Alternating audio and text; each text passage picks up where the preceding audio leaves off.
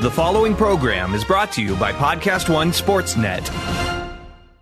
This episode of the Steve Austin Show is sponsored in part by BetOnline.ag. Check it out. We're in the middle of baseball season. Are you looking for a place to make your online wagers? Then head to BetOnline.ag to take advantage of the best bonuses in the business. Use promo code PodcastOne to receive a 50% sign-up bonus today. BetOnline.ag, your online sportsbook experts.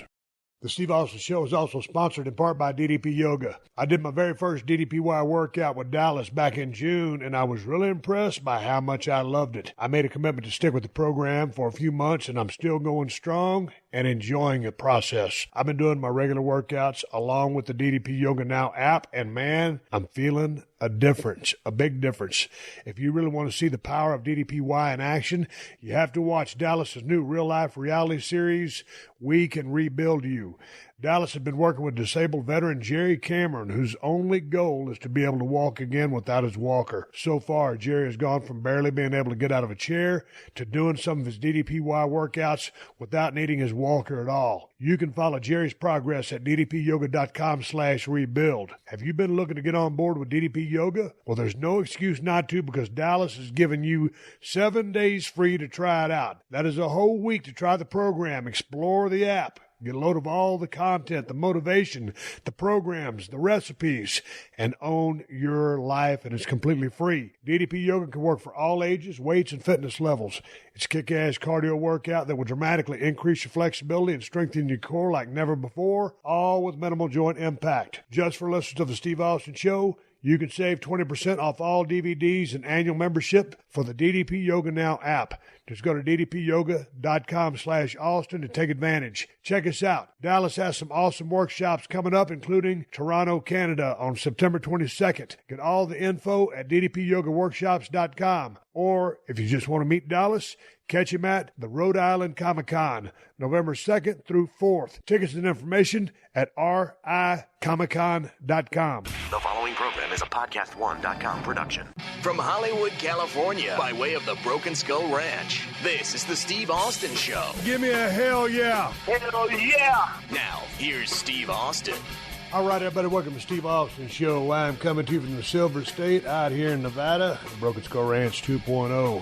I'm finally back home right now, well, at least my house in Nevada, with my illustrious wife, Kristen, sitting across from me, Moolah sitting beside me, and Callie's over there whining in her dog bed. Callie, we're going to go out there and wash all the buggies, wash the four-wheeler. We got plenty of work to do. I'll throw the ball for you. We're going to have a great day. Today is Labor Day, Kristen. We just got finished reading about Labor Day, and I was going to describe what it was about, but, man, it's kind of a lengthy description. All I know, Kristen, bottom line means Labor Day is a day off. Yep. Not for everybody, but for most people, it's a day off. So anyway, I guess the laborers back in the day felt like they were working too much, so they needed a day off. That's a long story short, and I'm sticking to that story. It's a beautiful day out here. I'm trying to rustle my wife up to go out there in the Kawasaki Teryx and go riding around a little bit, but I think she's going to put me to work, and there's too many things to do around here. My guest on today's podcast is my brother-in-law, Mitch Bailey. We're going to talk about the great outdoors, all the adventures we had on my antelope hunt over there in Unit 022.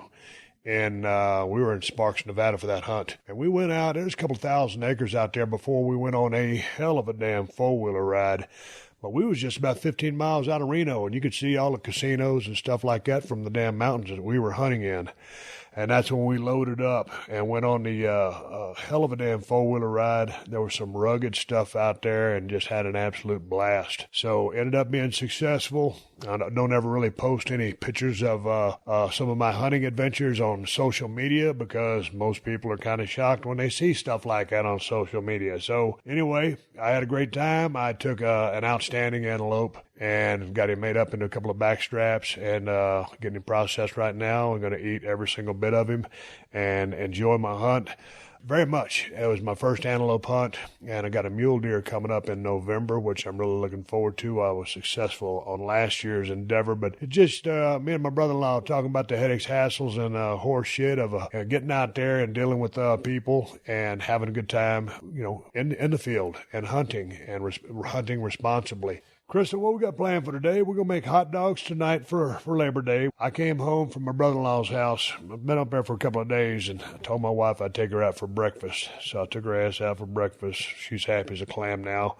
We're going to do hot dogs, and you said what? I'm having a veggie dog. You're going to have a veggie dog? Potato salad. Potato salad. I got a can of Hormel chili. Corn on the cob. We're going to put that on the grill. And I always like Hormel chili when we're making hot dogs. And my wife makes good chili, like good Frito pie chili or regular eating chili. When you're eating hot dogs, that damn stuff from Hormel or Gebhardt or whatever it is, that's the best chili you can get on a hot dog, in my opinion. So that's what yours truly will be eating tonight for dinner in lieu of Labor Day. And today, I had to take a night off the margaritas last night, Kristen. I had been mixing margaritas over at my brother-in-law's house, and he didn't have a shot glass. He didn't have a mixing cup. He didn't have shit. He didn't have a lime squasher. He didn't have nothing. So Kristen went to the store and got him all set up, and I made margaritas for a couple of days in a row. But last night we was sipping on a Gentleman Jack and Zero Coke, Kristen. The mixologist in me was tired of mixing. So Kristen and I just loaded up on groceries, and I am going to make my last batch of Broken Skull Ranch margaritas tonight. Drink about 2 or 3 of them, and then I will shut down drinking season because my hunt is now over. And for some reason, Kristen, when hunting season comes on, the diet completely changes. It's more whiskey, more margaritas.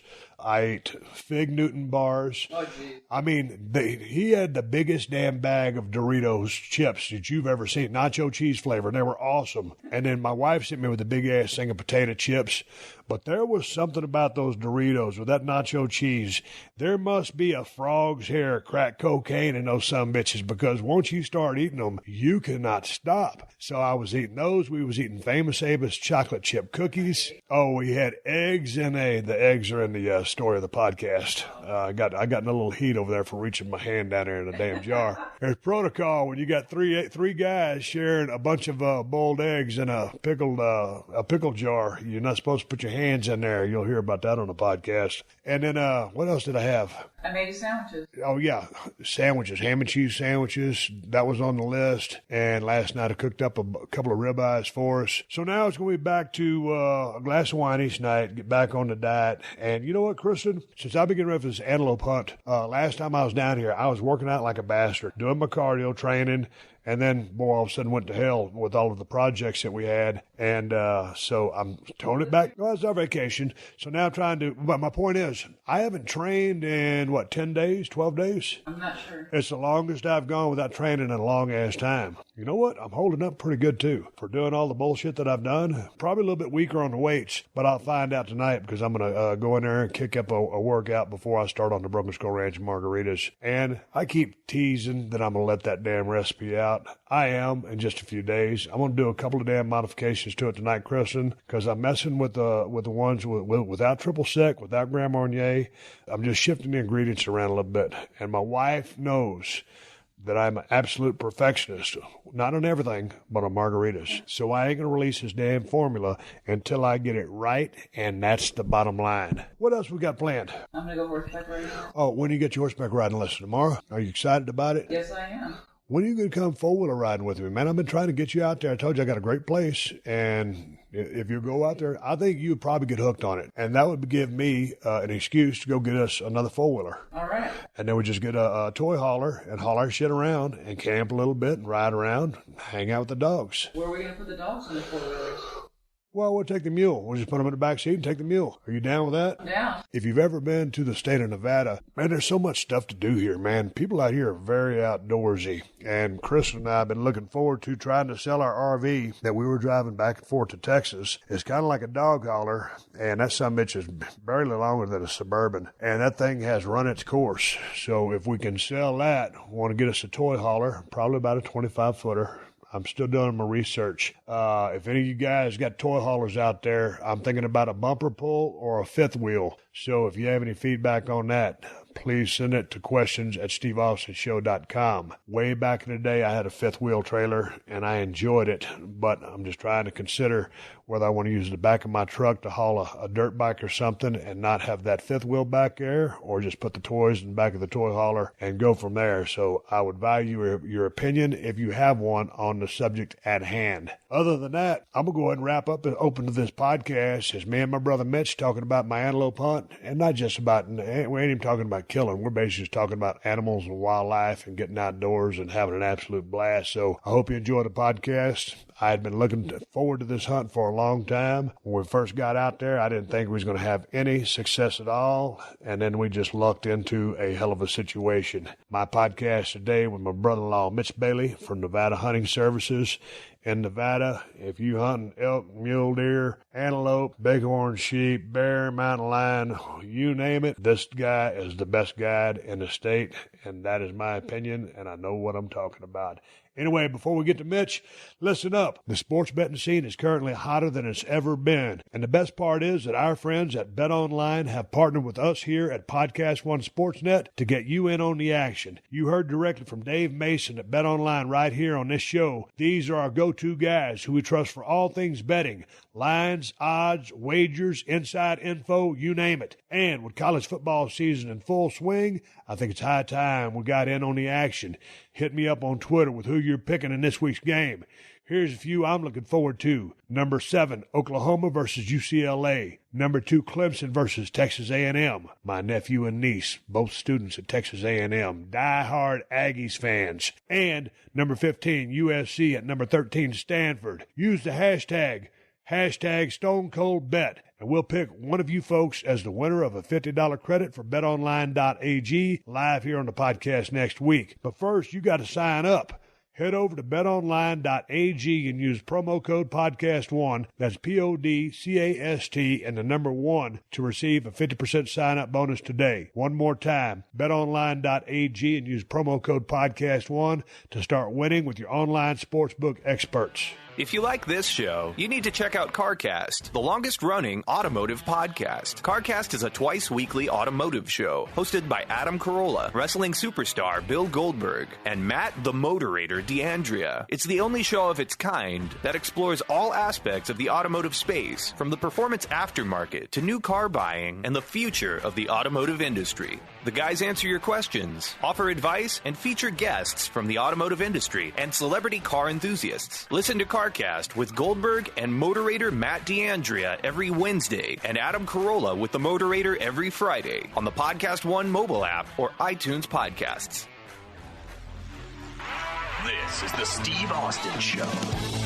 All right, I'm sitting here in Spanish Springs, Nevada. My brother-in-law Mitch from Nevada Hunting Service. We just got finished doing 3 days of antelope hunting. We're sitting on this couch. I got my legs kicked up in front of me. I got a pillow on my lap for my laptop computer, my iPhone, all my technology. I got my Zoom H6 recorder going. Mitch Bailey sitting beside me. Mitch, how are you? Doing darn good, Steve. Just had a great hunt with you. You took a little cat nap earlier. You back up to full speed? I think I'm about 95% ready to go. Well, I got some Gentleman Jack and a little bit of Diet Coke going. It makes for a great cocktail. I had to just go stiffen that thing up a little bit to get a little bit of groove going. I tried to start the podcast a couple times and shit to bed, so taking another run at it with a little more energy. We're watching LSU, ranked number 25, beating the dog shit out of Miami, who's ranked number 6. They just took the damn gimmick off the screen.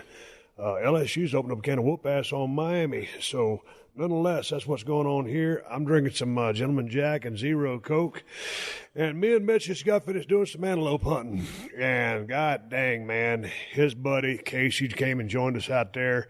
We went to a couple different locations, but it all started off a while back when Mitch got me a landowner tag.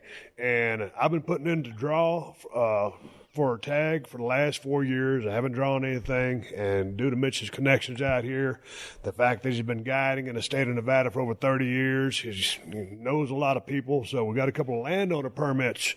Had to buy them, support the wildlife, the landowners, make a little bit of money off of them, and God dang, we had a damn good time. But it all started once I knew this hunt was happening.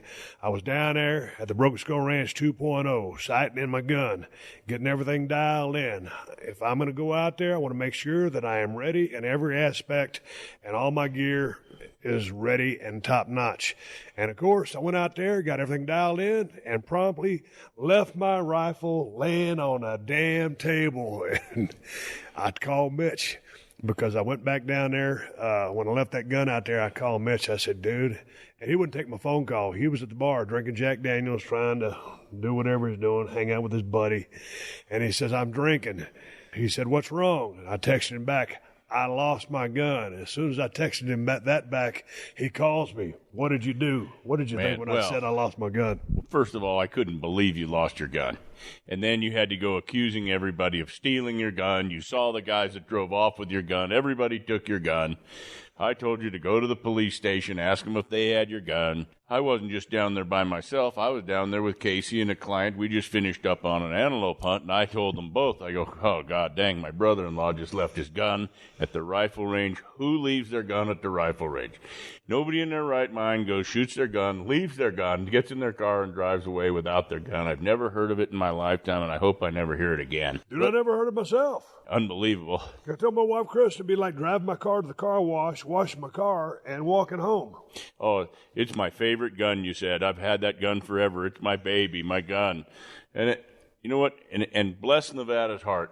Sure enough, what happened when you went looking for your gun? Dude, you told me that. You said, dude, you're in Nevada. Someone's going to turn your gun in. And I said, man, with my luck, ain't nobody going to turn that thing in. And you go, nope. I'm sure they got video surveillance there. They can back up the cameras because there's no range master over there where I'm shooting. It's just a shooting range, and there's a couple of guys out there shooting. But you said, man, this is Nevada. Someone will turn your gun in. So I did the due diligence thing and headed straight to the sheriff's department. Y'all heard me tell the story on the podcast before. I won't go into all the details.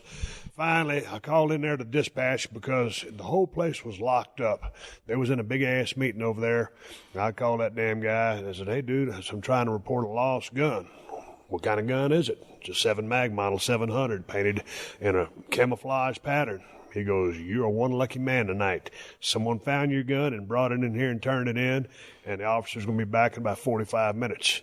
I waited over in the parking lot, got my gun back, chit-chatted with the guys about the gang unit and all. Dude, I got the whole crime scene in northern Nevada. Got all the 411 on that. No doubt. Yeah, dude, if you want to join a gang, I got the 411 for you. I don't figure you're the gang type, but nonetheless, it was good talking with the cops down there. And anyway, I was back out at the shooting range. We just got back to Nevada, to the BSR 2.0, and I told my wife, I said, I got to go back out there at the shooting range. I want to make sure I am dialed in for a long-range shot because I've never hunted antelope, but I've heard that they're very leery, they're very keen, their eyesight is unbelievable. They don't stand around and be still a whole lot, so it's going to be a very challenging hunt. You're dealing with windy conditions, long-distance shooting, so I got to be dialed in. So I went down there, set up my target at 300 yards, and a dude comes over to me, and he goes, hey, man, I got another little 8-inch gong target out there on a chain if you want to hit it as well. And I was shooting at 300 yards, and those guys were shooting in a prone position. Two police officers. All the cops I met over here in Nevada are cool as shit, including the one that gave me a warning when I was speeding the other day going to the Broken Skull Ranch 2.0. Yeah, that's not right. You should have got a ticket. Dude, I was in a passing lane, and all of a sudden, man, I hit an 85, and I was running radar, and that dude was on the side of the road facing me, and he busted me bigger than Dallas. And I was able to, my wife was pissed when I got off that ticket. Rightfully so. You deserved the ticket. You should have got the ticket. Anybody else would have got the ticket. And we're kind of tired of you being treated like you're some sort of celebrity. But anyway, so I'm over here shooting that dude. I'm over hitting that guy's target like I'm just ringing it like a bell. And he's over laying in a prone position. I go over and said, dude, what are you shooting? And he goes, man, this is my 308. He goes, you want to shoot it? I said, really? He goes, yeah. Man, he loaded me up 9 bullets in his clip. I laid down there in a prone position. I started just zapping that damn gong with that damn 308. It was amazing. So anyway, I got back over on my 7 mag, got everything dialed in. And this time, Mitch, I did not forget my 7 mag. I didn't leave it on the table, even though the gun barrel was hot. I put it in the back of my truck, got all my shit, and then I loaded all my stuff up, and me and Kristen came over here in separate vehicles. It's amazing that it happened that way, but more importantly, I want to go back a little bit there. Don't you remember when you lost it, you didn't forget it, and somebody picked it up, and you were all accusatory? I'm kind of curious, how do you feel about yourself now? Well, I figured there's no way that I could forget my rifle laying on a table at a shooting range. How that happened, dude, I told the 2 cops that I was hanging out with and shooting the breeze with, it was embarrassing. I am a responsible, proud gun owner and an OCD when it comes to safety and guns. So for me to drive off with my shit on the damn table and then someone turned it in to the sheriff's department, I'm lucky, I'm thankful, and I'm glad that, no one was hurt with my gun. Well, that's my responsibility that I take very seriously. You got a lot to be lucky and thankful for. You're lucky you got your gun back, you're lucky you didn't get a ticket, and you're lucky that you get to go hunting and have a good time. When I came out here, dude, I was ready. And so I got over here about 2:30. Mitch had to work about a half day. He finally comes on in, and he goes, man, well, you ready to go out? And I said, yep, let's go get them. So, man, we just rode around about a half day. We put in about 30, 40, 50 miles that day. Yeah. And we saw a couple of good antelopes, and I was like, God dang, man, these things are pretty damn leery. I was asking my brother, Scott, he had went on an antelope hunt, and Ted, my buddy, Ted Fowler 361 down at the Broken Skull Ranch in Rockport, he's been on a couple of antelope hunts, and he said, man, that's a fun hunt. I didn't really know what they meant by fun. So how would you describe the fun aspect of hunting the antelope, Mitch? You've been guiding for 30 years. You're one of the best guides in the state of Nevada, if not the best. You won't never say that, but I'm saying it. So what is so challenging and fun and the allure of chasing the antelope? Well, let's just start off with, they're probably, in my opinion, and a lot of my friends that have hunted them their whole lives, the best eating of all the big game animals. Absolutely delicious meat, good protein. It's a table fare that you can really enjoy, which makes it even more fun to hunt them because, at the end of the day, when you do get one, you're fortunate to have one fill your freezer and feed your family for I don't know, however many months you can get out of one. They're not that big of an animal, but they're challenging with their eyesight so much better than ours. Their speed is something that you can't tackle that speed with anything. You've got to fool them. You've got to get in front of them. You've got to hide from them. You got to figure them out how to get in a place where they're going to show up. But if you get out there on foot, you're likely not going to chase one down at all. They set off to get away from you, and it can be miles and miles before they stop running. So it's a challenging hunt. It's not like a mule deer that stands there and his best defense is that he can smell you or hide from you. Antelope will just flat out run away from you. So that's kind of the allure. Yeah, but what's the deal with the eyesight of the antelope? Because I think you were telling me they got like 8 power eyes. Yep, they do. 8 power, so 1 power is 20/20 vision for a human being is normal vision. Antelope's 160/20, so at 160 feet, they're looking at you like you're looking at them at 20 feet. So great vision. At a mile, they're looking at you pretty much like you're right in front of them. They can see your movements, pick out what you're doing. They'll be staring at you. You go to make a sneak on one, and you'd be surprised, like you noticed yesterday when we made that stalk. We're better than a half mile away, and those does pinpoint you, and they're staring at you the whole time. And they're watching every movement you make. So closer you try to get, the sooner they're going to get up and sooner they're going to keep that distance. You noticed yesterday we closed it to 500 yards. They increased it to 500 yards. You try to get closer, they got further. And it's kind of a game of cat and mouse. It seemed like every time we was looking at them, they was looking at us. For sure. It's very, very hard to sneak up on an antelope, especially that open country like that. I mean, yesterday, how many trees did we see out there? Couple?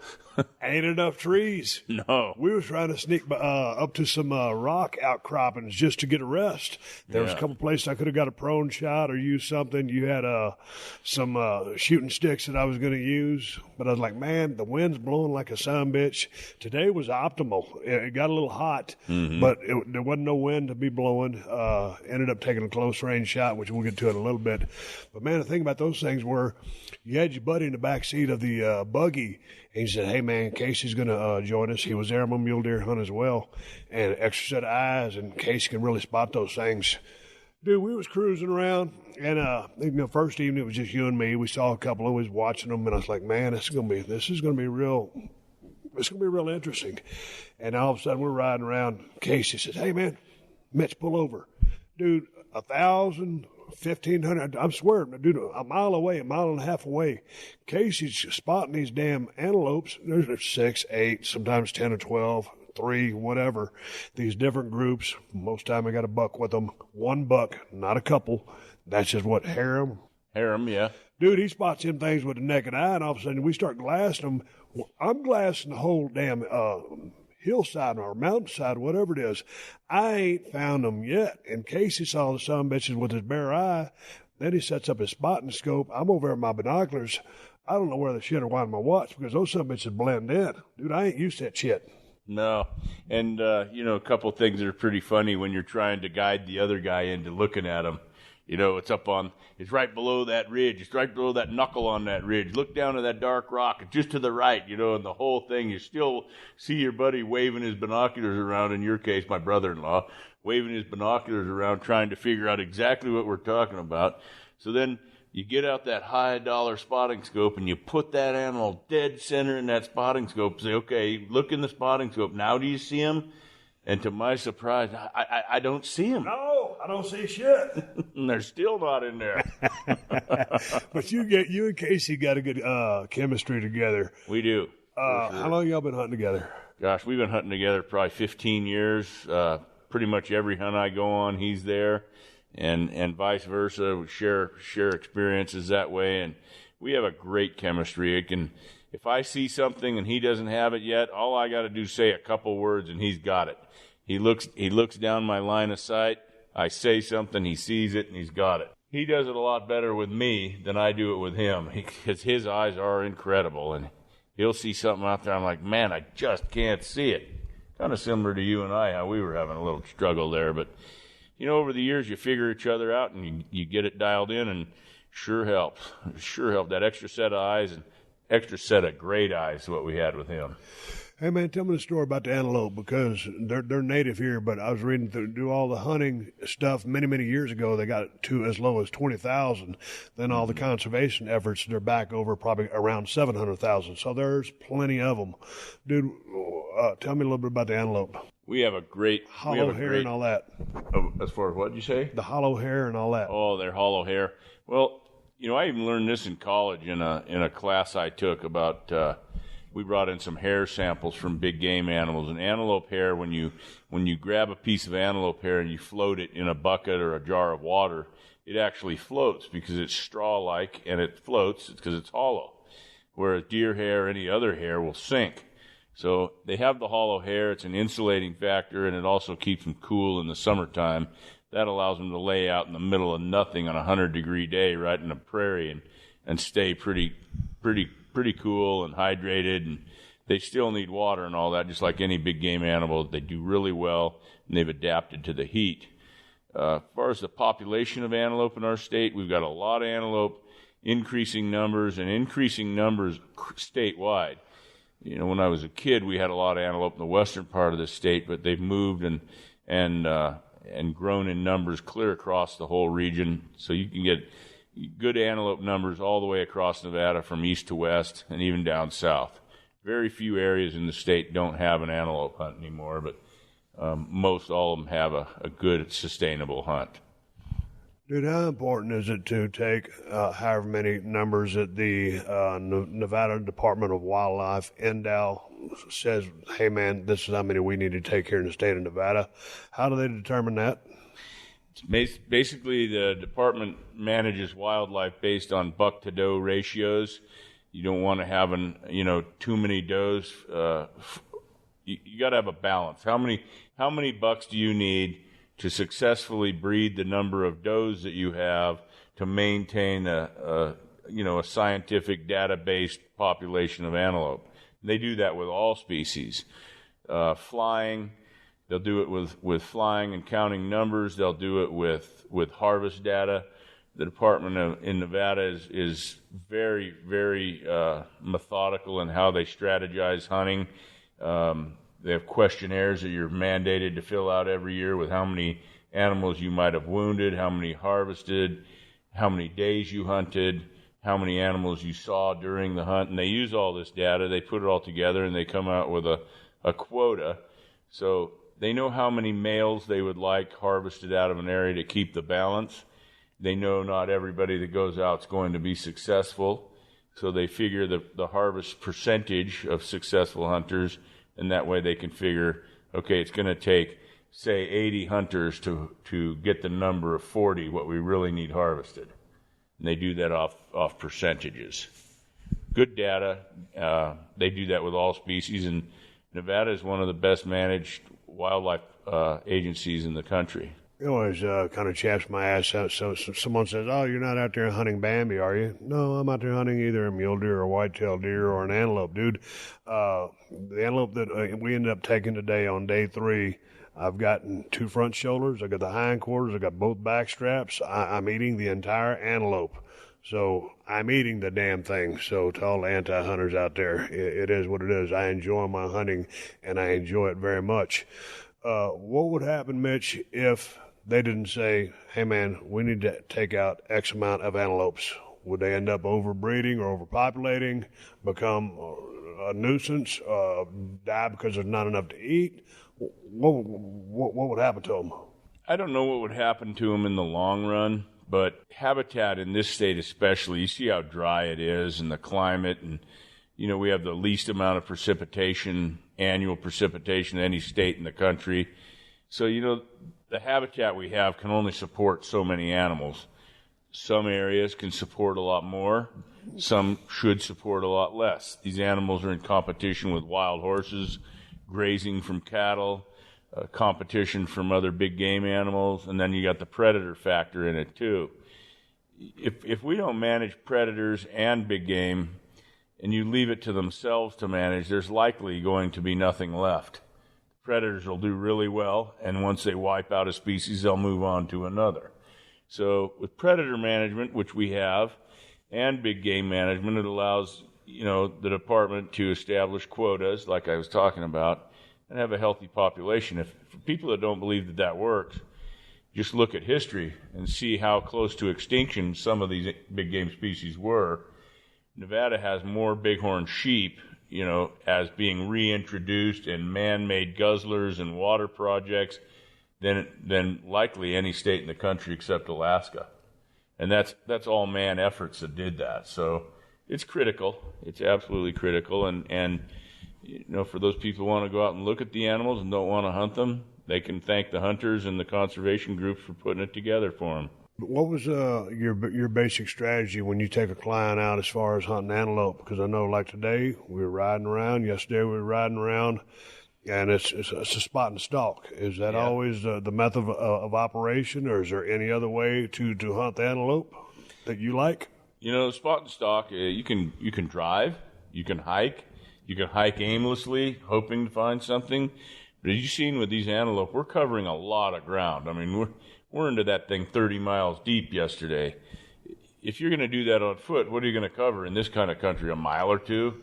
You get out in your vehicle, you do some hiking like we did yesterday in that heat and everything else. You glass different angles, and when you find an animal, you're typically got a mile or so to close the gap and get in position if you're fortunate enough to figure a way to get that close. So that's kind of our spot and stalk on the antelope. And it's very similar with all of them. Deer, elk, sheep, it's all pretty much the same.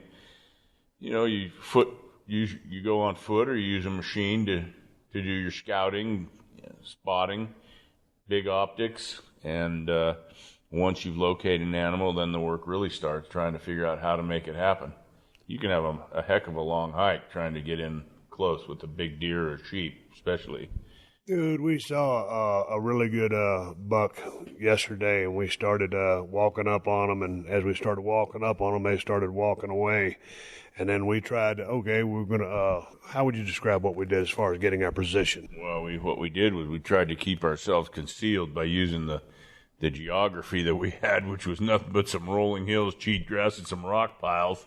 And you and I aren't exactly small guys. Casey isn't either, but you're trying to basically hide an elephant from somebody that's got some great eyesight, and you're trying to hide behind rocks that are a little bit bigger than a shoebox. So, you use the hillside to conceal yourself. And, just like yesterday, we ran out of ways to get any closer, and so we finally just exposed ourselves and hoofed it across that little valley a little quick and got to the rock pile, and sure enough, they saw us and increased the distance. So we had them at probably 700-800 yards. We closed it to what we thought was 5, and they moved up the hill to put it right back to where they felt comfortable. They weren't afraid of us. They were just keeping the distance. And they kept it that way for quite a while until they finally lit out of there, and we saw them do about 5 miles at 40 miles an hour. God pretty dang, tough. Man. Watching those things run across the damn, mountain, plain, just across the way is unbelievable. Man, you know what, Steve? As you saw today, their legs are about as big around as a broom handle down by their hoof. They have a wide hoof, but that leg bone is tiny. And you remember how fun it was walking across that spongy dirt with boulders in it, twisting our ankles, stumbling around in there and then stumbling back to have lunch, and watching them run 40 miles an hour across that with all 4 legs flying, not even missing a beat. Pretty incredible stuff. It is. It's fun to watch those things. Yeah. All right, let's take a quick pause for the calls and get big ups to TrueCar. These days, news travels lightning fast, which is great if you're a sports fan. Between status updates and breaking news notifications, you can always be up to the minute on every team and every game. And while this is great for sports, it's the opposite when it comes to buying a car. Go online and you are bombarded with numbers like invoice, list price, dealer price. It's hard to know how to recognize a good price. Not anymore. Introducing True Price from TrueCar. It's the only price you need to know because it's exactly what you'll pay for the car you want, including fees and accessories. How do you know if your true price is a great price? Because TrueCar shows you what other people paid for the same car you want, so they know how to recognize a good price, and your certified dealers know this, so they set their true price competitively so they can win your business. So when you're ready to buy a new or used car, visit TrueCar to enjoy a more confident car buying experience. Some features not available in all states. You're also going to need some car insurance for that car. Go to geico.com, and in 15 minutes, you could be saving 15% or more on car insurance. That's right. Save hundreds of dollars on car insurance at geico.com. Extra money in your pocket? It may just be the most rewarding thing you do today. Hell yeah, football is back, and no one covers football like your friends here on PodcastOne Sportsnet. We got you covered on a daily basis with the Dan Patrick Show and the Rich Eisen Show. You got that competitive spirit in you? Get the latest tips and news with RJ Bell's Dream Preview and Ross Tucker's Fantasy Feast podcast. We also have legendary coach Jim Harbaugh on Attack Each Day, the Harbaugh's podcast, and Revenge of the Jocks with Super Bowl champion Martellus Bennett. Check out all these shows and more each week on PodcastOneSports.com or wherever you listen to podcasts. Before we get the rest of my conversation with Mitch Bailey, listen up. Fighting crime all day with Callie and Moolah can be exhausting, so when it's time to play, these gals deserve the most rough and ready toys around to endure all that energy. That's why we depend on Super Chewer Bark Box. Super Chewer is a monthly delivery of tough toys and more for your dog so that playtime lasts longer and brings the fun right to your door. You won't end? Just let us know your dog's size. Then choose a plan. 1 month, 6 month, and 12-month plans available. And shipping is always free. Plans start at $39 per month. Your first month of Super Chewer ships right away. Subsequent boxes ship out on the 15th of each month. If your dog chews through everything in their box right away, just let BarkBox know, and they'll send you another toy at no cost to keep them busy until the next box arrives. Each month's box comes with 2 tough, durable toys designed and tested by our industrial designers, 2 meaty chews, and 2 full bags of all-natural treats. And for an extra $9 per month, get your dog 1 extra toy each month. For a limited time, get 50% off your first month of Super Chewer on a 6 or 12-month plan. Head over to superchewer.com/Steve and promo code Steve at checkout. Again, that's superchewer.com/Steve and promo code Steve at checkout for 50% off your first month of Super Chewer. Do it for your dog. This is the Steve Austin Show. What's some of the craziest shit you've seen on like an antelope hunt or any of your hunts? Because you're hunting you're hunting elk, mule deer, antelope, bear, mountain lion, what do I leave out? Bighorn sheep. What's some of the crazy shit you've seen out there? Because hey, let me ask you this, specifically about the antelope hunt. We were on a particular bluff or just this area that we were in. Casey was spotting. Y'all saw a couple of bucks, a big buck and a younger buck fighting. I couldn't spot them with my bare eyes. I finally, after 15 minutes, found them in my binoculars. And then we watched them, and then all of a sudden, a buggy came behind us, and they passed us. You knew them. They moved out. We moved out of the way. There was 2 other buggies out there, and there was those 2 bucks that were fighting over a doe, and these things are vicious.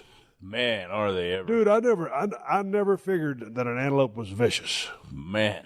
So, you know what, that, like we were talking about earlier, I'm always surprised and I always learn something new. So we'd gone through that valley first thing in the morning with three different people in ATVs behind us. We left that area because there was plenty of people in there hunting, which, you know, that's normal. You're going to come across other hunters, 3-day weekend, etc. We went and did our thing, and coming back, we rolled right through that same valley. We were going to look out over another side, and darn, there's somebody over there. So we backed up, started glassing, and we saw the 2 hunters pressure some antelope. They blew out of there, and it was a doe and a small buck running across there. Then that buck was... He was trying to herd that doe up, round her up. He wasn't running away. He was herding her. And in that same valley with all that traffic, out from a tree comes a mature buck, beats the tar out of that little buck, steals the doe, and then takes her right back in the trees to hide, where we saw him and her standing there just like statues, where at least 3 or 4 other buggies rolled right through there, right underneath him at a couple hundred yards, never even knew they were there. So that buck's able to keep his breeding ritual going. He's actually able to fight a buck and steal a doe right under the nose of 4 or 5 other hunters. We were just fortunate enough to see it from a distance because Casey managed to catch him up there on that side hill. My deal is, because I've always hunted private land, because I've been in South Texas, man, with BLM, man, all those buggies out there. And then a couple, I think, finally saw one, or at least maybe the other buck, but they parked, you know, and they're pointing head on right into the action that we were watching from probably 400 yards away from them, probably, 1,200 miles away from the bucks. Dude, what is protocol? You guide this area. You've been doing this your whole life. So what is up? Because we were going down. I'll keep segueing in the story here. We were going down to our initial pass, so we're going way in the back, and we passed by 3 buggies, and they were glassing. So we busted through them. We didn't bust through them. We eased through them. We waved at them, and we went about our way. And you explained to me, like, Steve, we just can't sit here and wait all day. We've got to go because we're hunting way down here. So, dude, what is proper protocol? As you know, an awesome guide in the state of Nevada, what's up? Because I'm trying to learn, etiquette, protocol, and respect. I think it boils down to this. If you're on a road and you're hunting, expect to get passed. You know, if you're on a little trail and you're stopped and you're glassing something and it's a rough trail or an ATV road or something that leads off into nowhere and it's obvious you're looking at big game, the best thing you can do is just not bother the person that's in there doing their thing. But, you know, anybody that's on a road glassing and that can expect somebody to go by them because that road leads somewhere. Just like yesterday, we weren't trying to get in front of those folks. We were trying to get somewhere 20 miles away. So we can't just sit there and wait for them. And we don't want to sit there anyway. We want to get on with our thing and get away from, get some distance between us and hunt a different area. That's just kind of the untold, I guess, rules of the game. But not everybody follows them. And sometimes there's altercations. I'll avoid an altercation at any time because I'm out there to have a good time, not getting an argument. So I typically be the guy to move off. What's the worst altercation you've had out there? Oh, in all your years, or just some of them, random? Yeah, I don't know. I don't really have too many of them. I mean, I can't really think of any with me because I get out of the way. I'll let somebody go up the road, but it also works in your favor. I'll give you an example of one. So, gosh, I guess this is probably a little over 20 years ago. I had a guy that had recently had some heart surgery. He didn't get around so well, and like these big game tags like we talked about, they're so special to draw, and he finally drew one, but he drew it 8 months after he'd had heart surgery. He couldn't get around very well, and we went out to Ely, Nevada on a big bull elk hunt, and we had spied some bulls and made our way up after him, and he just couldn't make it. It was too late in the afternoon to get up there, and so I thought, we'll go in the morning, we'll go really early, hopefully they'll be down a little lower, and we'll have time to sneak in there and take our time getting him in a position to where we could hopefully harvest one of these big bulls. And got in there in the dark, started up the road, and another outfitter came up behind me, and I asked him, I go, hey, would you mind not pushing this because I've got a client here that really needs some time to get up there. And he goes, well, I have a guy that wants him too. I said, that's fine. Go ahead and go. And I turned around and drove back. And as we were leaving, I stopped and looked over a rock pile, and I saw a smaller elk down in the low country that we might be able to go harvest. And my client agreed, okay, let's go try the low country. It'll be easier on me anyway. So we drove right down in there, got out of the truck, looked in the drainage, and he killed the biggest bull elk to date that I've ever guided anybody to. So sometimes it works in your favor to just not deal with the hassle. Hey, man, I've been doing a lot of riding on my buggies, on my mules, and my Terex, and my four-wheeler out there not too far from my ranch. And my nephew came down, and we blew out one of the sidewalls of my Terex, and I didn't have my plug kit. I could have swore when you and me went to Home Depot and bought all them damn tools, I could have swore we bought some plug kits. Remember that shit we left on the counter and I had to go back the next day and get? Yeah, we went to Home Depot and bought all kinds of things and left half of them at Home Depot. Unbelievable. Well, dude, that's kind of an ongoing theme. I leave my rifle at the shooting range, and I leave all my shit at Home Depot that I already purchased. It'd be like going to Sonic and lady handing me my burger and me just giving it back to her and driving off. Dude, I blew 2 holes in my sidewall. I could have plugged them if I had a little air compressor. Normally I slam on my tires in Texas. We were out there today in the middle of nowhere. I was surprised we saw a couple of cats out there on four-wheelers. Yeah. Way out there in that country we was at today. We saw a bunch of people yesterday, but today I was surprised we saw even anybody. So when you go back there and you were making this conversation with Casey, you said, hey, man, you want to bring one of the buggies back there? Me and Steve are going to be riding quads. Yep. And I just don't want to go back there in one unit because if something happens, we're going to be screwed. That's right. So in your rig, I mean, what are you carrying with you? Because I know that I've got to rig up my Terex. I've got to rig up everything because I ain't going to get caught with my pants down again. No. Especially when you're out there in the middle of nowhere, when your chances of seeing somebody are nil to none.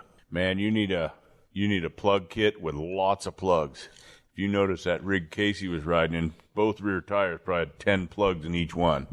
There's just no way around it in the country we're in. So plug kit, air compressor, a rope, something you can tow somebody out with yourself, a winch, possibly a belt, and some tools so you can at least do something. It's great if you have a spare belt, but if you don't have some tools, just take the cover off to change it. It doesn't do you any good. I try to keep a little bit of everything in each one. Sometimes I forget, sometimes something happens, you get it all out and you forget to put it back in its place. But today, I knew how far we were going in, and we didn't make it all the way in because we were fortunate. But the plan was to go in there about 30 miles of rough. That's an awful long walk, and I don't think I'm up for that walk, after riding all day. And nor was I ready to spend the night out in that stuff either.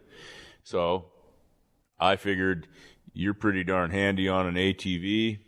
I ride the ATV. Casey can follow along in the Ranger. We got the ice chest. We got everything to take care of the antelope. We got lunch. So even if, at least if two of us got a flat tire, the third guy can go back and get a new tire or something. So yeah, I didn't want to do any extra walking today like that, especially as hot as it was. Man, I hit my odometer, my trip meter, about 3 miles into the ride, and I clocked us in at about 25 round trip. Mm-hmm. So we were probably close to 30. Yeah. And like I said, we happened upon Antelope, which we'll get up to here in a minute. We still had another, 15 miles to go? Yeah, we did. So we was going to be back here in the middle of nowhere. And so anyway, we ended up riding, and Mitch said, dude, this is nothing but black rock, and it's a rough ride, but it was rougher than you remembered it being because things have changed. And, man, I'm riding along, and Mitch is leading the way, and, man, I will never, ever not bring my goggles again because that stuff was so powdery, and you're like, oh, man, there's no more dust after. We're about to get in the rocks. Yeah, well, if we go through the rocks, we go through some more powder, and I'm eating all that shit in my eyeballs. And I was going to bring my helmet, but we're just hunting. We're not riding at top speed, so I just figured, I'll just wear my sunglasses and my baseball cap. I ain't never following your ass without bringing my goggles again. End of story. Oh, God, it's great to look back at you and you can pull up to me and you wiping all that grime out of your eyeballs. It's coming out your nose, on your lips. You don't even look like you anymore. All of a sudden, your beard gets darker. Dude, I'll tell you what. You told me it was going to be a tough ride, and there's a couple of pretty hairy, pretty technical spots there. And I wouldn't take a rookie back there. Oh, no. Heck no. And you know what? Since you got to Nevada, you've gone out with a bunch, with Neil, yourself, with me on an ATV ride, and learned how to deal with these rocks and everything, which isn't something you were accustomed to in Texas. And it takes some skill and a lot of arm strength to push those machines through that stuff. And I'm glad you did it. I felt really comfortable with the way you ride. But I'm still going to take the lead every time because I know where I'm going and you don't. And so you get to sit back there and eat that dirt. And I have no problem with it, honestly. It's kind of funny. I'll tell you what, I was riding a couple times. We got finally some smooth areas. I figured, okay, man, I can at least take my left hand off the handlebars. And, boy, I hit a damn couple of rocks about the size of a football, maybe a basketball buried in the ground. And that's it's just electronic power steering on this damn, four-wheeler I'm driving, and that sumbitch will damn near jerk that handlebar out of your hands, mister. So about the time you think you can take it easy and enjoy the ride, you better have both hands on there. It's a come-to-Jesus meeting, man. Man, that or the one that's hidden in the grass. You're cruising along, it just looks like a nice grassy road, and hiding in the middle of that grass clump is a nice-sized boulder. Dude, and I met that boulder right after about a mile after we went through that gap. I was cruising along, left hand on my leg, and I hit that damn thing, and I hit it with my right tire, my right front tire. And, of course, when you do that, it jerks the wheel, but also it puts pressure on the damn throttle, so you gas it. Yeah. At the last minute, you need to gas it. Exactly. You're on the gas, you're cattywampus, and you're sideways. It's like, you stupid son of a bitch. So, anyway, it was a lot of fun riding. And on the way back, we got to finish taking care of business. We'll talk about the business here in a minute. But I said, all right, man, you guys go ahead. I'll follow you. And you said, no, man, Steve, go ahead and take the lead. It's just one way in, one way out. Go ahead. So, man, I went ahead and I rode on all those rocks. I rode on that damn side of the cliff where, the high side's kind of this way, so you're tilting downhill. One wrong move and you're a goner. You're going to roll 900 yards down a hill. Pretty much. On your four-wheeler if you make one wrong move. Good stuff. Had a blast. And finally I got to an area and I figured, well, on the way up, Mitch would stop every now and then, and I was right on Mitch's ass, 300 or 400 yards back. Casey was behind me. We was all staggered out to not eat all that dust. On the way back, Mitch said, man, just go ahead and take the lead. So I'm riding around. I passed by two four-wheelers that were parked there. I know they were a landmark. I kept going, saw two dudes on two four-wheelers underneath the tree. One of them was having carburetor trouble because you stopped and talked to him. I just kept going. I didn't know what to say to him, so I kept on going. And finally I said, man, there's only one way in and one way out, but I ain't seen nobody in a long time, so I figured I'd just sit here and wait.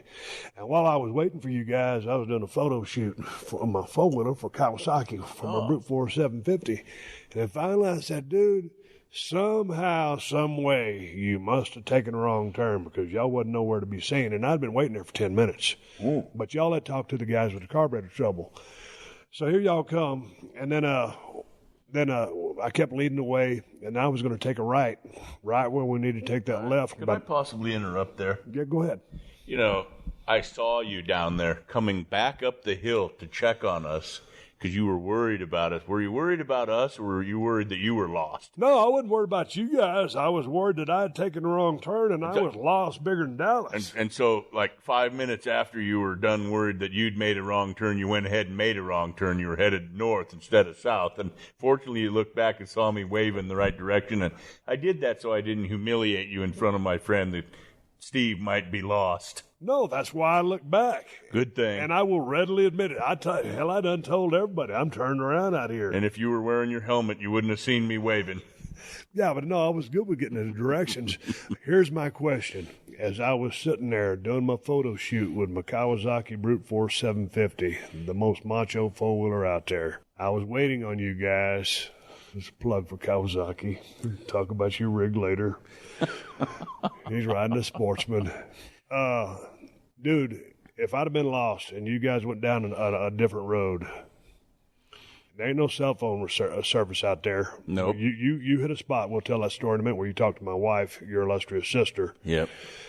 All right, so if we hadn't hooked up and I'd been sitting out there in that damn hot-ass sun with one road to go and then a T, go right or left, if I'd have been lost, what would you tell me to do? How would we have hooked back up? We're just going to sit there and cruise all the damn roads looking for my ass, a global icon and a national treasure. I didn't even have one bottle of water with me. I would have just followed the Ranger because it had the ice chest with the sandwiches in it. That's where I would have gone. You eventually would have come back because you'd have got hungry. No, that's why I came back. But then all of a sudden I come up on you guys. Mm-hmm. Hey, let's talk about that buggy with all the food stuff in it because Casey was driving a rig. It's kind of like me and Kristen was playing golf over there at the golf course with my nephew Neil, and the drink girl, whatever you call her, comes by and says, hey, do y'all want some beer, this, that, or whatever? So Casey was driving a honey wagon with all the food in it, the important stuff. And my wife had boiled some eggs the first day. And then Mitch had the big idea to put the eggs, instead of putting them in a Ziploc sandwich bag with salt and pepper, to put them in a jar of pickle juice. Man, those sumbitches were good.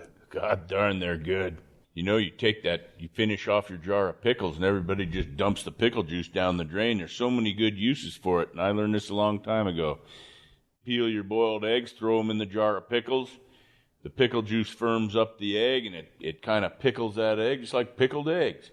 Put it in an ice chest, bounce it around in that water. The eggs don't get all busted up. You don't need salt and pepper. And I think we were almost ready to fight over those eggs yesterday. Well, and I wanted to talk a little bit about the protocol. When you're sharing a jar of pickled eggs with your brother-in-law and his friend, Let's talk about that protocol. Well, talk about it. Go ahead and do that. So, where did it go wrong? Man, I was the first one to think about it's time to have an egg yesterday, if you remember right. So I got out of my grub box. It's in the chuck wagon, as you call it, the Ranger, with all the food and all the supplies in it. Get out a nice plastic spoon, make sure it's clean, open up that pickle jar, reach in there with that spoon and grab an egg. And went over and handed it to my buddy Casey, who grabbed his egg and ate it, and we were raving over it. Steve, would you like one? Well, yeah, I want one. So served you one up on that plastic spoon, and you ate yours.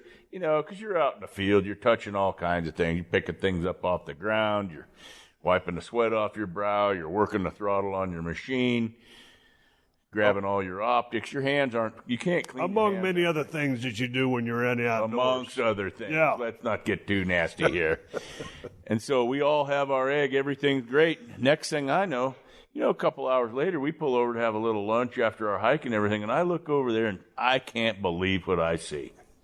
There is no way this is humanly possible. Somebody with the size of your hands trying to get your big-ass hand inside the pickle jar to get an egg. Swooshing the eggs around, cleaning your hands basically in the pickle juice. And I look over and I said, really, Steve, are we all supposed to have an egg now after this? And you just gave the usual Steve Austin chuckle. I couldn't believe I was back there behind the rig, and I was keeping it below the tailgate. I thought I was kayfabing, that's Russell talk for keeping it a secret. I didn't think nobody could see me back there with my hands swishing around trying to pick up a goddamn egg. Yeah. Bitch, I couldn't get it out. Nobody can see you out in wide open hiding behind the Ranger. I didn't even think to take my cold steel pocket knife, broken skull model, and stab an egg and take it out that way. And that's the method I was using today. That was what you did today. Because I respected your sanitary conditions. Y'all don't want my germs. I mean, like I told Mitch, I don't want him reaching his big-ass dick beaters in a damn jar, pickled eggs, and handing me one. Here, Steve, have an egg. So you used your knife today, the same one you opened packages with, clean rattlesnakes and everything else. I'll get him with this one. No, but the thing that got me the most was your solution to the problem. Just get a gallon jar of pickles. My hands will fit in there. Did it work, didn't it? Yeah. So anyway, that's what happened, and I got turned around a little bit on the way back. But so we was riding down today, and this is my first antelope hunt, and I'm sitting there looking at all these animals at all these extreme distances.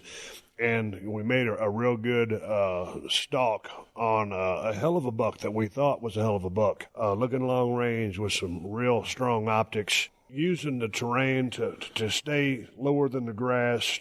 Going around these damn knolls, trying to get an approach, trying to use a rock ledge as a rest, trying not to be seen. And these son of bitches like looking at you. You're basically in their living room when you're hunting them. That's how well they can see, and that is where they live, and that's how they operate, so the odds are against you. Anyway, nothing happened. But today, before we got to our destination point where it was really going to get good, you happened upon an animal. Man. And right now, it's the rut. It is the rut. And the rut is when, like the antelope or the mule deer or whatever it is, that's when they breed. And I guess that's when hormones run wild, testosterone overload, and these bucks are fighting for breeding rights. There's one thing on their mind, and that's survival. Yeah. Furthering, the breed. And god dang, I'm riding behind you, and all of a sudden, I'm usually riding about 200, 300, 400 yards behind you, depending on the terrain, how much dust you're kicking up. And I seen you kind of throw up a gun sign. I just figured you'd seen a herd of antelope way up there. And I come up, another 50, 60, 70 yards, and there's a damn antelope standing right there in front of you. Man, I don't know that anybody can say that the bucks get stupid. They just get tunnel vision. They got one thing on their mind, and that whole being wary and hauling ass and running away kind of goes out the window. They got one thing on their mind. They've been fighting a lot. There's that buck standing there looking at us as we ride up. We pull up. We shut off. All three rigs are shut off, and I'm giving you that gun sign because this is a great buck. And I couldn't believe, you got your gun all lashed down. It's tied down. I'm like, man, you got to get that gun out. Hurry up. And this is a great buck. And I'll be darned if that buck didn't keep coming closer. I don't think he knew exactly what we were, but he wanted a part of us. And after, we harvested him, you could sure see all the cuts and galling that he'd been taking from fighting other bucks. He was definitely in the mood to fight. Dude, it's unbelievable how scarred up that buck was. And as I rode up on Mitch, I see he sees the antelope. I see the antelope. That's my first antelope hunt. I'd been seeing them all day the day before, seen a couple before we saw this one, and I'm sitting there thinking, okay, he throws up the gun sign, and then he yells back at me. He goes, let's take the shot. But he didn't exactly say it exactly like that. So, okay, I shut my rig down. I turned the key off. Normally when I'm riding my four-wheeler, I always ride with gloves. And these are, like motocross gloves or whatever. So I don't even remember it. All I know is that I lost both gloves. So I can imagine when you told me to go into action, when you're carrying out here, or at least the way Mitch told me to carry was, I put my rifle in a soft case. It's zippered up. I had a bag of gear on top of in the front of my four-wheeler, and I had my rifle in the case, bungee corded down like a sumbitch, because we're riding through all this crazy terrain, leaning over to the side, rocky. You don't want to bump your scope. You don't want your rig to fall off. So all of a sudden he tells me it's time to shoot. Man, I start clawing at everything. I take my gloves off, and I'm struggling with these bungee cords. And because, dude, I can see the buck. I'm ready. I'd been at the shooting range. I'm dialing in for a 300-yard dead-on shot and looking to shoot 400 to 500 yards if the possibility presents itself. This is probably about a 100-yard shot. This is the closest to an antelope I've ever been, because all the ones we saw were a mile and a half away, and it made a stalk up to 500 yards, and the buck wasn't what we thought, so we didn't take the shot. So we'd been riding through extreme territory. I got a badass four-wheeler with electronic power steering, and I was fighting that damn thing. All of a sudden, he tells me to get my gun. Dude, I start fighting with these bungee cords, and they ain't cooperating. I damn near pulled out my pocket knife and started cutting shit up. And the buck is still sitting there just looking at me, and he was actually approaching Mitch like he wanted a piece of Mitch. Because he's ready to fight or do whatever, or he doesn't know what we are. But it was just a crazy moment. And so Mitch is off to the left, a little bit in front of me. The buck is off to the right and in front of me, so Mitch was not in my line of sight. Finally, I get through wrestling with both of those bungee cords. Then I grab my damn case. I zipper that thing down, and the whole time I'm sitting there cussing my head off underneath my breath. I don't want to scare the buck off. He's in rut. He doesn't really care what I'm doing. I finally get my damn gun out, and lo and behold, there's an antelope down on the ground. What a great shot. What a great finish to a great hunt. Man, one thing I got to hand it to you, you sure know how to shoot your gun, and that's just a blessing for us guides out there guiding hunts, is somebody that comes prepared. The way you prepared riding your ATV, shooting, everything was just perfect. Nice, clean harvest of an animal. Quartered them all up, bagged them all up, got them cooled down on the racks, and enjoyed a nice ride home with some memories made to last a lifetime. Man, it's saying anytime if I'm going to take anything, I don't want it to suffer, so I want to do my part. I want to do my due diligence as far as being up to speed with shooting. I want to make sure my gun is sighted in. I'm not going to be an irresponsible hunter, and I am a proud hunter, and I'm going to eat every single bit of that thing. But, dude, it was a damn blast, and I had a good time doing it. And now the next thing we got is same unit for mule deer coming up November. What do you got coming up? You still on antelope, or will you switch off, or you got some sub guides doing bear hunts, or what? Well, yours was the 5th antelope hunt I've done this year myself, and then I have we just finished up 2 other antelope hunts up in the North Country. I got some great sub guides working for me doing bear hunts.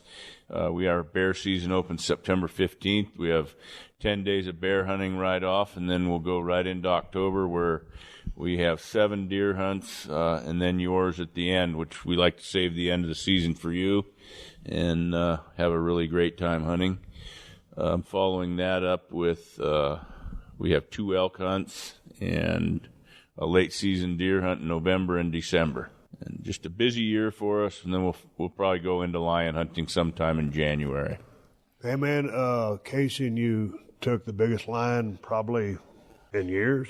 It was quite a lion. He ended up with a lion last year that we took it up here in November. It took, I've been chasing that lion for a year and a half, and finally I figured I had him nailed down, and Casey and I hiked down in there with the dogs and caught that lion, and he got it all mounted up really nice. And I'm going to take you over and show you that before you go home. But what a great lion, 180 pounds, 185 pounds. Taxidermist that did it said it's the biggest lion he's ever mounted, and he's mounted hundreds of them. Quite a representative of the mountain lion world, that's for sure. Dude, but you said mountain lion is one of your favorite things to eat that there is. It is. So we want to talk about that a little bit. I had a little game feed over here a couple weeks ago, right before antelope season started up, get everybody, all my friends and their wives over here and get them all primed up for hunting season. And, it's nice that the guys' wives will come over and try everything at least. And I cooked up some mountain lion, some black bear, antelope, mule deer, and frog legs, things like that, some treats. Mountain lion's always the biggest hit. Everybody loves it, and just cook it up just like anything else, and it's just a delicious it's the other white meat. Mitch, where can people find you on social media? Facebook, website, whatever. I know your book's solid. Yep. But you've been doing it so long, but how can people find you? Nevada Hunting Services on Facebook, Nevada Hunting Service on Instagram, and nvhuntingservices.com on my website. Dude, pleasure hunting with you. Pleasure hunting with you, Steve. Thanks for everything. Thanks for letting me be part of your hunt. From the mind of Martellus Bennett, Once you pass 21, your birthdays are done. it's Revenge of the Jocks on Podcast One. Once you pass 23, you can't take me to Benihana's. A no-holds-barred show about all the things that shape our world and culture. I want to go to Africa. I've never been. I want to go full Jumanji. I'm Robin Williams and Jumanji. Though, I think that's like in South America, though. Revenge of the Jocks with Martellus Bennett It's like trying to have sex the first time and getting it all wrong. I think I'll keep trying. on Podcast One and wherever you listen to podcasts. All right, everybody, give me the go-home cue. It's time to wrap up his podcast and ride off in the sunset. Before I do that, I want to thank my brother-in-law, Mitch Bailey, for joining me on the podcast. Man, we was dead dog tired from chasing all those antelopes and being out in the damn sun. And, man, it was a great trip. Enjoyed being in the outdoors, and it was a successful trip, and I had an absolute blast. So I'm looking forward to getting back to the Broken Skull Ranch 2.0, getting some work done while I'm there already, and getting caught up on everything before we have to head back to the mean streets of Los Angeles here in a couple of weeks. But I had a good time out there hunting with my brother-in-law, and that's the bottom line. Hey, man, I got a badass beer for you. I've been talking about it on this podcast for a couple of years now. It's called Broken Skull IPA, universally recognized as the best IPA in the United States of America. Universally recognized by yours truly, Steve Austin. You can find Broken Skull IPA at Whole Foods and Total Wines. You live in California. If you ain't in Cali, you might be shit out of luck. I also got two badass pocket knives for you from Cold Steel. The Cold Steel Broken Skull knife and the Working Man knife, which can be found at my new Amazon store. Amazon got the best prices on both knives. Just go to Amazon.com/shop/Steve Austin to go to the Cold Steel Knives website. And I want to say one more thank you to all the fine sponsors of the Steve Austin Show, especially BetOnline.ag, DDP Yoga, TrueCar, Geico, and Super Chewer Bark Box. That's how I'm able to do this podcast for you twice a week for free. Please support them because they support us. And if you need more info on my sponsors, check out the show description to this episode for details. Folks, until next time, my name is Steve Austin, and I will catch your ass down the road. This has been a Podcast One production. Download new episodes of The Steve Austin Show every Tuesday at PodcastOne.com. That's PodcastOne.com.